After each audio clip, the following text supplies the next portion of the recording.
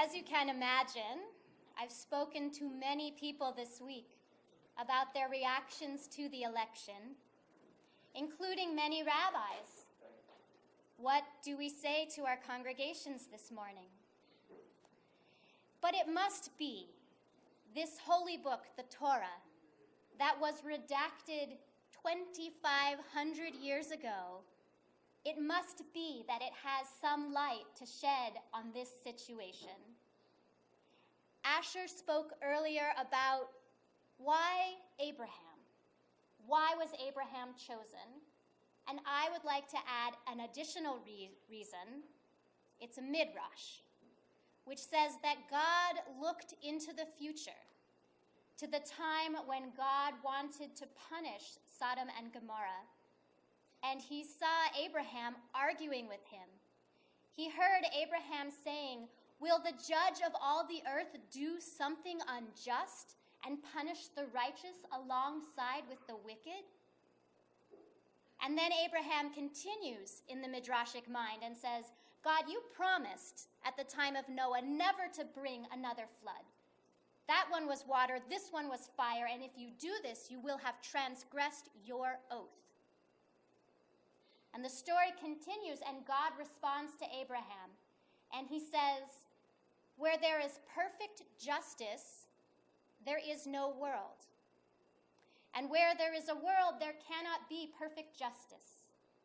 But you, my child Abraham, are insisting upon both." And God describes it like this: "Abraham, you are holding two ends of a thread. On the one hand is perfect justice. But if you have perfect justice, then you will have a very complex and broken world.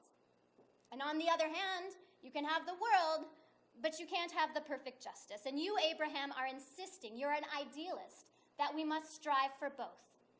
And for this reason, Abraham, my heart is moved by you, and I choose you." And then God says, "Lech Lecha, go forth." So what does this mean for us today?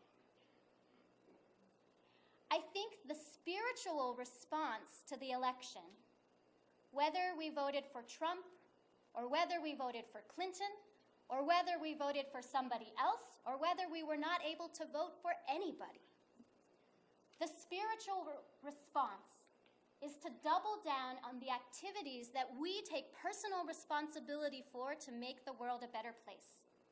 Whatever it is you're doing to make the world more just and more compassionate, do more of it. I think that the American response to this election is to cherish our democracy, because it is very fragile, as we saw in Turkey this past summer. So the American response is twofold. One is to accept the results of this election, and the other is to get more involved in our civic duties. And finally, I think that we have a real opportunity to listen to one another and try to discover how the world became so broken, how our nation became so divided. And so I would like to propose a program right here at Beth Torah that I think might lead to some healing. But before I go into a program about listening, I owe you an apology. Last week we had a scholar in residence, and I found his words offensive, so I was not able to stay through the end of his lecture. I did speak with him this week and apologized. He said, "No hard feelings, I understand. But I disappointed myself, and if I disappointed you, I am sorry." The program that I'm thinking about for Beth Torah is as follows. I would like to have a professionally facilitated conversation between our conservatives, our liberals, and our independents.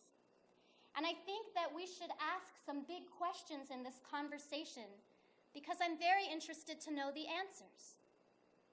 What keeps you up at night when you think about the future of our nation? What makes you proud to be an American? Where do you see our country in 10 years? So if you are interested in participating or observing, or if you have a suggestion for me for a professional facilitator, for example, perhaps you're a lawyer and you know some mediators who have that skill set, please let me know. I will be sending this sermon out as a message to the congregation on Tuesday, letting them know about this program, and I'd like it to take place in the next 2 weeks or so. I'll close by offering a blessing.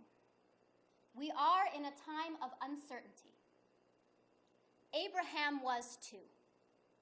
So may we be blessed with the moral courage and the deep faith that Abraham possessed in his moment of uncertainty when God said, Lech Lecha. Shabbat Shalom.